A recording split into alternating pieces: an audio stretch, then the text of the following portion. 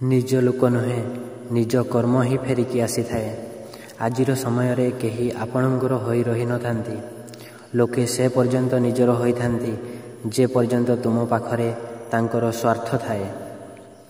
जेबे आपणको रहिबा आउ न रहिबा बराबर होई जाई थाए सेतेबेले आपणको न रहिबा भी भल होई थाए। समय केबे रही न थाए। आज जदि खराब चलुछि तेबे काली भल निश्चय चलिबो।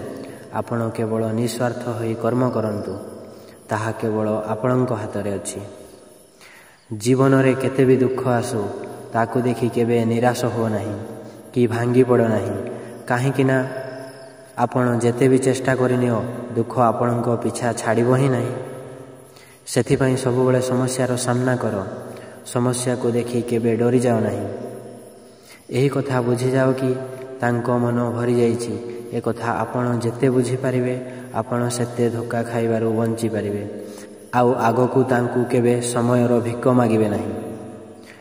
काहाकू किछि बाधिला बळी कहिबा पूर्वरु थरे एही कथा भावंतु कि जदि सेही कथा आपणकू केही कुहे तो आपणकू केमिति लागिबो। जेबे तुमको लागिबो तुमरो केही नाहंती तो थरे आकाश आड़कू चाही देखिनियो। सेठी जिए अछि ना सीए सबुबेले तुमरो ही थिला आउ सीए सबुबेले तुमरो ही रहिबो। केबे शत्रु को जदि साहाय्य करिबाकू पड़े तेबे साहाय्य करिनियो। आमे तो हृदयवान लोक, प्रतिशोध नेबा तो हृदयहीन लोकर काम।